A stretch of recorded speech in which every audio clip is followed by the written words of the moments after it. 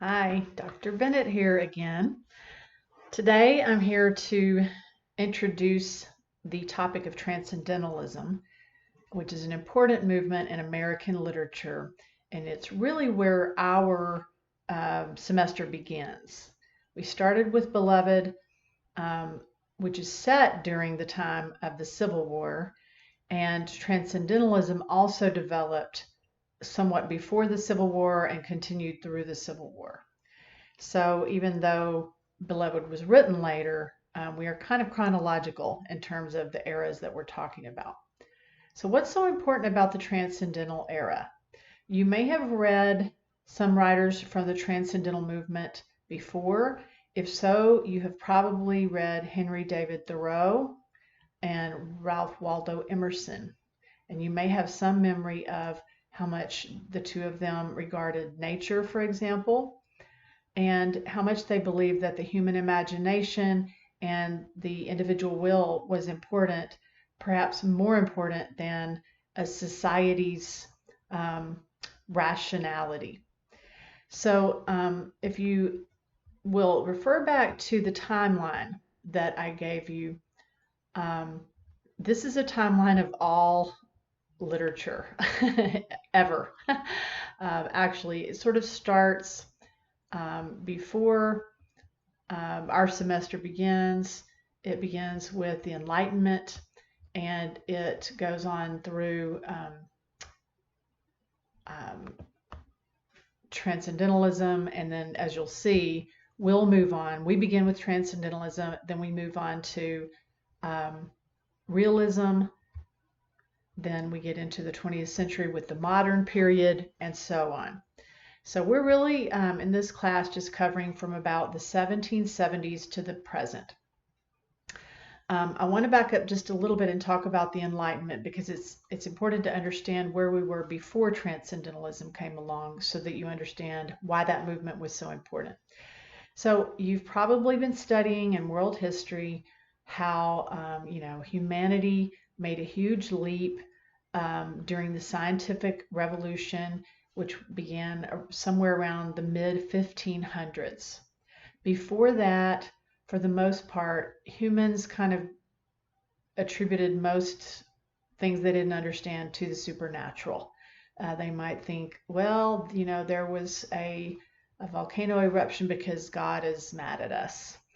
Um, so, with the Enlightenment, humans had finally begun to really observe the world around them enough that they started to make some real leaps forward and understand that there were a lot of physical explanations for things that they had attributed to the spiritual. Sometimes you'll hear that philosophers of the modern age say that God is dead. Um, we know that many people still believe in God, so perhaps God is not technically dead. But we do see a big shift in human culture around this time because humans are finally starting to understand that they can control their environments a little bit more. They can wash their hands and keep from getting sick, for example. So the Enlightenment was an intellectual and philosophical movement that promoted rationality or reason as a way toward improved civilization. Um, its precepts were based on the idea that each human being had the ability to think and learn and improve. No longer did we think that only the noble people could be noble in spirit. We started to understand that people are born into the world and that their experience shapes them, and that anyone can be educated, for example, and that because of that, people might be able to change their class. So where we had feudalism before the Enlightenment, where you had peasants that just they couldn't ever be anything other than peasants, after the Enlightenment began, people started to think of humans differently. Humans had potential, right? And a person might become anything if they could get enough resources and enough education. So education was a big part of the Enlightenment, and the idea of the individual became very important. Each individual became important, maybe emphasized over what was previously an emphasis on um, a community, for example, a community that had a hierarchy to it. You know, your job as a peasant was to be the best peasant you could be and support the community in that way. Now people began to say, no, I can be something more, which is maybe more important than me, you know, being a peasant in this community. Okay, so the Enlightenment was really important. There were a lot of scientific discoveries being made. We were starting to understand where the Earth was in relation to the stars, you know, different planets and things like that. So humanism and liberalism, even though you may hear those terms today spoken of in a variety of contexts, those two words are closely associated with this big shift in human understanding. Humanism is the idea that humans can improve themselves through education. I mean, that's a kind of ideal, right? We still believe that today, that if we could just educate people, they would have a lot more agency, they'd have a lot more control over their lives, and maybe their lives would be improved. We kind of assume their lives will be improved. And liberalism is the notion that the individual is important and that the individual has rights. So you can see how the Enlightenment informed American, the foundation of America, for example, this idea that every person is imbued with, is just kind of born with certain rights. That is kind of the foundation of the ideals of liberalism.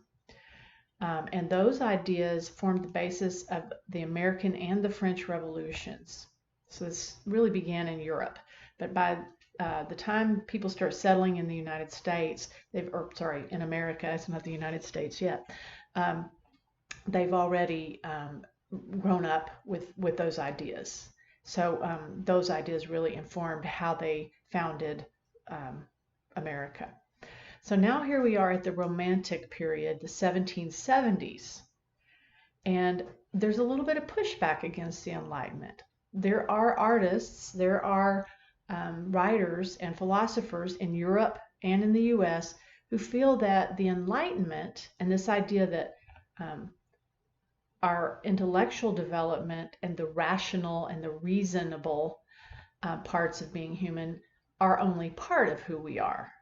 That this idea that you know, we can understand the world better through our senses, through, you know, scientific research, that kind of ignores how important the human spirit is and how important the human imagination is. So it pushes back against the emphasis on rationalism, and it begins to re-emphasize our relationship to nature, which is a spiritual one. The idea that there's this kind of a spirit in everything, you know, that there's a spiritual level to existence, and that our emotions are important. So rationality kind of makes it seem like, well, emotions are a little bit underdeveloped human behaviors, but and so that rationality should kind of control emotion. The Romantics believed that emotion was important and that beauty is important. They use this term sublime. The sublime is the kind of thing that makes you feel like, wow.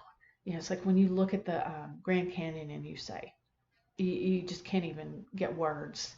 There aren't any words, right, to describe what that feeling, and that feeling is the sublime, this feeling of being kind of overcome by emotion because of something beautiful or something terrifying or something, but something that reminds you that you're just a small part of this gigantic universe, right? The Romantics believed that the sublime experience was important because it sort of brought us outside of our little small experience and expanded our hearts and expanded our experience. So I keep using the term Romanticism to describe what was happening in the 1770s, a little 1770s up through the 1860s. So this is about 100 years. And the Romantic movement began in Europe with people like Wordsworth and Keats and Shelley. But by the time it came to the United States, it had gained a little bit of an American flavor.